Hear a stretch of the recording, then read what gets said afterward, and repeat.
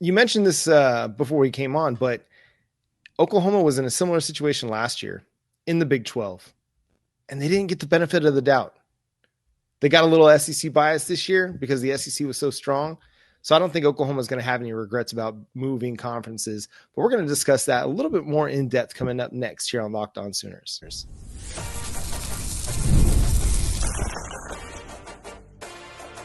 You are Locked On Sooners, your daily podcast on the Oklahoma Sooners. Part of the Locked On Podcast Network, your team every day.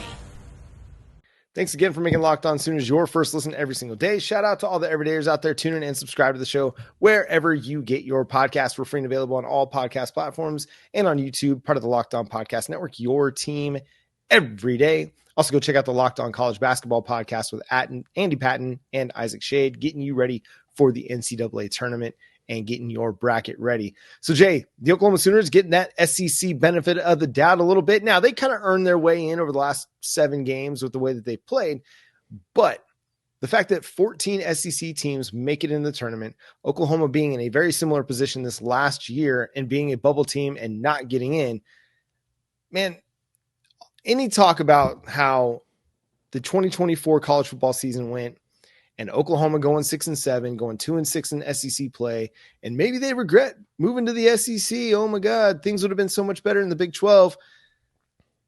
Nah. Listen, Oklahoma got that recruiting bump. Oklahoma's getting that SEC bump, not just in football, but basketball, women's basketball. It's going to happen in baseball and softball as well. Oklahoma doesn't regret anything. Not at all. And, there's rumors out there that Oklahoma, that the Big 12 could be begging Oklahoma to try to come back and get that bump back on their side because, they need that relevance. But at the same time, I don't believe any of those rumors. There's also rumors that Oklahoma is exploring leaving the SEC to go to the Big 12, which I think is a bunch of hogwash as well. Oklahoma is very happy where they are because, like you said, they're getting those additional bumps. Last year, Oklahoma finished 20-12 with some really high-quality quad 1 wins on the basketball side. And guess what? They got left out of the consideration when it came to going to the NCAA tournament. And then, of course, this year with them in Texas and the SEC, Texas gets into the playoffs. And then Oklahoma's looking to get their first one as an SEC member. They have a much better chance doing it here in the SEC than they do in the Big 12. And as much as your Mark wants to say that they're way more relevant, West Virginia just missed the tournament, and they're a basketball school. Sorry to say, that's what West Virginia is. They're a hoop squad. It's always what they've been. I mean, you think about Huggy Bear and all of his traps and everything. We know what West Virginia is. They're a hoops team. Guess what? They didn't make the tournament. Now, you may say that it's because of ESPN and SEC bias. No. The SEC is the toughest conference in basketball right now. Football and basketball. They're ones that you have to battle through in order and show that you're battle tested. Oklahoma went out and beat a Big Ten squad in Michigan who won the Big Ten. Beat Arizona, who ended up as runner-ups in the Big 12. So when you look at the data itself, there's no reason for Oklahoma to even regret at all. But there is reason for the Big 12 to regret not fighting to keep a squad like Oklahoma, who brings such brand awareness to the conference. And, I mean, if the rumors are true that your Mark may be trying to make a run back in Oklahoma to get them back with all of this crazy realignment, I don't see Oklahoma even considering or entertaining it. It just doesn't feel – it feels like the Big 12 has burned too many bridges for them to ever want to go back. Well, and Oklahoma's just not a fit. It's not a fit anymore culturally. No. It might have been a decade ago before realignment caused their former Big 8 foes to go to the Pac-12 and Nebraska to go to the Big 10. And when all of that went down and they lost their fellow blue blood to Nebraska because of terrible leadership and terrible organization and terrible foresight and really trying to toe the line with Texas and give them the Longhorn Network, the Big 12 set themselves up. They played themselves. And so why would Oklahoma want to go back to a conference that lacks that foresight and that innovation and is having to go get, private equity money to try and be competitive? You don't see Oklahoma with their hand out. No, they don't need to be. But the Big 12 does have.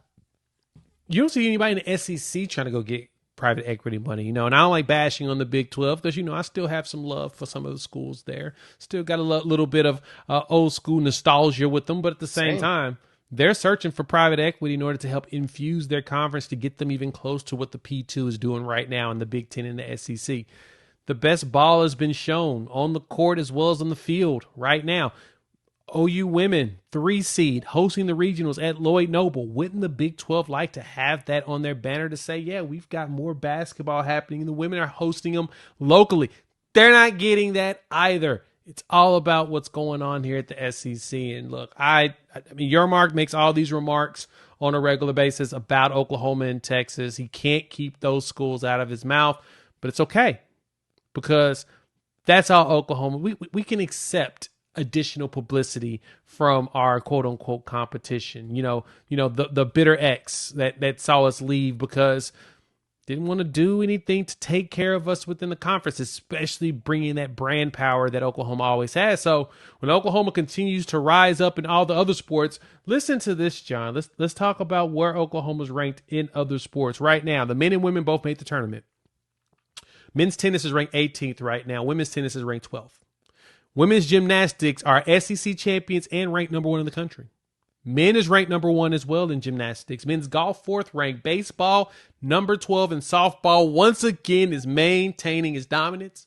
It's number 1 in the country and won 26 straight games so far? Just this year? I'm not even going to talk about going all the way back into last year.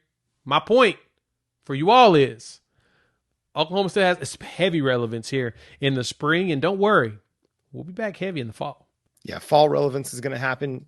Anybody that wants to just write off or look at 2024 and say that's what Oklahoma football is not really looking at the whole picture. All they're doing is stat watching and box score watching. They're not looking at what that team actually was and why they went 6-7. So that does not even equate to relevant to the discussion, because that was a team that was a disaster on offense. And that's why things went so poorly in the SEC. And yet, as disastrous as they were on offense, they still had chances in some games that they probably shouldn't have had, but they battled because that defense was so good. And it just, man, it's silly because you look at the Big 12 teams and how quickly would Oklahoma State jump at an opportunity to be in the SEC or the Big 10? How quickly would a school like Houston jump to be in the SEC? How quickly would a school like West Virginia jump to be in the SEC? They would. Like to act like the Big 12 is in some great position to retain all these schools. Okay, fine. But if Greg Sankey went to West Virginia and said, hey, how would you all like to join the SEC? You're kind of regionally relevant. You're just across the border from a couple SEC schools. You're not that far off. Come join us. You know that they'd be ready to do that. If Oklahoma State got the call and said, hey, why don't you come join Oklahoma? We'll get Bedlam under the SEC banner. You know that they would do it. So, heartbeat. Yeah. So like Brett Yormark might be doing some nice things for the Big 12, but they would jump ship in a heartbeat, faster than Billy Zane in the Titanic. They'd be looking for that lifeboat. Instantaneously.